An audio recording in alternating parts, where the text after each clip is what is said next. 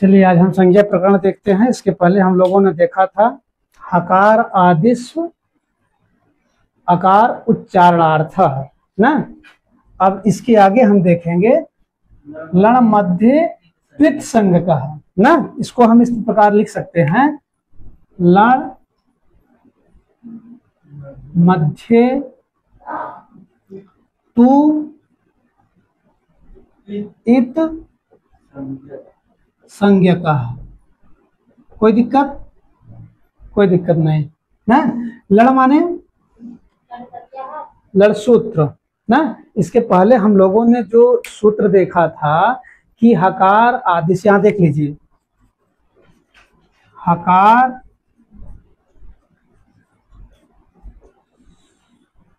हकार आदिस्व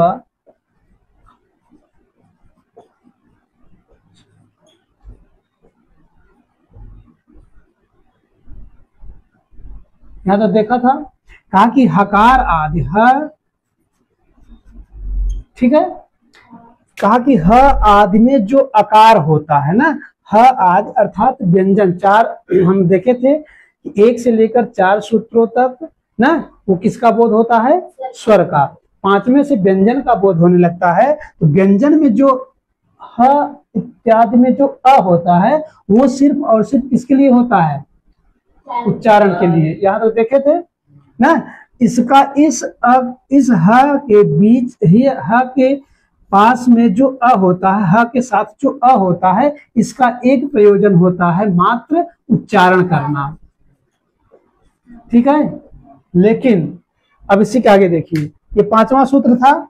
हम 6वां सूत्र में आएंगे। जब पढ़ते हैं 6वां सूत्र में, जब महेश्वर सूत्र देखते हैं तो 6वां सूत्र क्या आता है? लड़ ना। अब देखिए ये जो लड़ होता है, क्लियर? अब ये जो लड़ होता है, अब कहा कि लड़ मध्य, लड़ के बीच में ना। अब इस लड़ धन अ धन ड़, इसको इस तरह लिख सकते हैं ना। अब ये कहा कि लड़ के मध्य में तो माने तू, माने तो, जो तो अर्थात जो लड़ के मध्य में जो अ होता है उसकी भी इत संज्ञक है, इत संज्ञक होता है। क्लियर? अब देखिए इसके पहले जो हम देखे थे उसमें जो व्यंजन में अ आता था वो अ वनली आता था उच्चारण के लिए। इसका 2 प्रयोजन होता है। इसका एक प्रयोजन क्या है? एक प्रयोजन तो है, एक तो है उसका उच्चारण करना,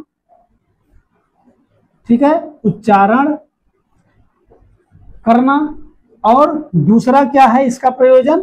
इसका प्रयोजन है ये, इसमें ध्यान देना, 2 प्रयोजन बताए गए। इसका एक प्रयोजन उच्चारण करना, दूसरा प्रयोजन क्या है? दूसरा प्रयोजन इसका है कि लड़ के मध्य में जो अ आता है उसकी इत संज्ञा। मेन चीजें ये है, इत संज्ञा करना। क्लियर? अब ये कह रहा है कि लड़ मध्य त्वि इत संज्ञक है। कहा कि लड़ के, ल और ड़ के मध्य में जो अ आता है, इस अ की भी इत संज्ञा होती है। क्लियर हुआ राम जी? इसके पहले मान लीजिए हकार आदि में जो अ आया था, इसका एक प्रयोजन था मात्र और मात्र उच्चारण करना। ठीक है, उच्चारण करना। और बाकी जब ल के बाद में जो आया है, जो ल के साथ आया है, उसका क्या प्रयोजन है? राइट? इसका अ का उच्चारण करना और इसका इत संज्ञा होती है ना। किसके? अ की, इसी अ की इत संज्ञा होती है लड़ मध्य त्वित संज्ञक से। ठीक है, इसीलिए कहा जाता है महेश्वर सूत्र में कितने इत संज्ञक वर्ण हैं?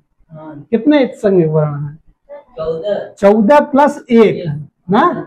14 प्लस 1 बराबर 15। कौन सा? एक यही है। क्यों? और सबकी किससे होती है? 14 की हलंत्यम इत से संज्ञा। लेकिन इसमें जो है इस अ की किस सूत्र से हुई? तो कहा कि ये लड़ मध्य त्वित संज्ञक है ना। लड़ मध्य त्वित संज्ञक मतलब कि ये हुआ ल के बीच में ल और अ के बीच में जो अ आता है उस अ की इस सूत्र से इत संज्ञा हुई, तब जाकर तसलोक का श्लोक होता है।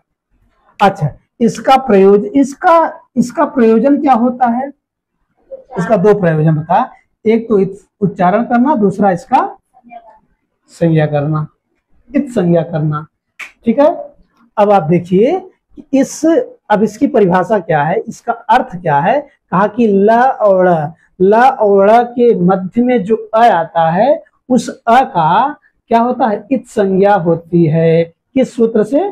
कहा कि लड़ मध्य त्वित संज्ञक से, इससे इत संज्ञा हुई। ठीक हुआ। और इसके मध्य में जो